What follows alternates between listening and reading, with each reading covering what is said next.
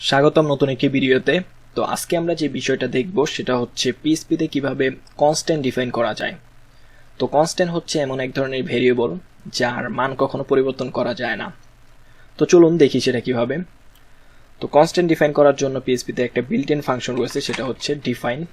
তো আমরা লিখি এখানে ট্যাব দিয়ে নেই ডিফাইন। তারপর আমরা এখানে দুইটা প্যারামিটার দিতে পারবো। প্রথমটা হচ্ছে কনস্ট্যান্টের নাম, তো আমরা এখানে নেম দিয়ে দিলাম, আপনারা যে কোনো কিছু দিতে পারেন। এবং তারপর হচ্ছে ভ্যালু, তো আমি এখানে নাম হিসাবে ভ্যালু হিসাবে হাবিব দিয়ে দিলাম। এখন যদি আমরা এই কনস্ট্যান্টটা ইকো করতে চাই, জাস্ট এটা যে নামটা আছে যেমন নেম, এখন যদি এটা রিলোড করি তাহলে দেখুন আমাদের ভ্যালুটা কিন্তু প্রিন্ট হয়ে যাবে।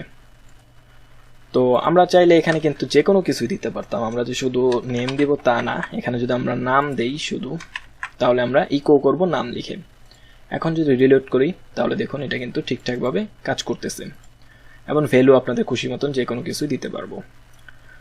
তো এটা আমরা যদি এখন এইভাবে লিখতে চাই, নেম শুধু এই ছোট হাতের, এখানে কিন্তু অন্যভাবে আছে, এখানে আরেকভাবে আছে।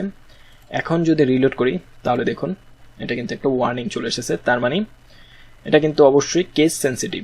তো আমরা যদি এটাকে কেস ইনসেন্সিটিভ করতে চাই তাহলে জাস্ট এখানে একটা উপায় আছে, জাস্ট আমরা এখানে যদি কমা দিয়ে একটা ট্রু লিখে দিই, তারপরে কিন্তু আমাদের এডিটর বলতেছে এটা কিন্তু সমস্যা আছে, মানে রং। বাট আমরা যে আউটপুট দেখি তাহলে দেখব এটা কিন্তু ঠিকঠাকভাবে কাজ করতেছে। তো এই হলো মূলত কনস্ট্যান্ট। তো আশা করি বুঝতে পেরেছেন। ধন্যবাদ সকলকে পুরো ভিডিওটি দেখার জন্য।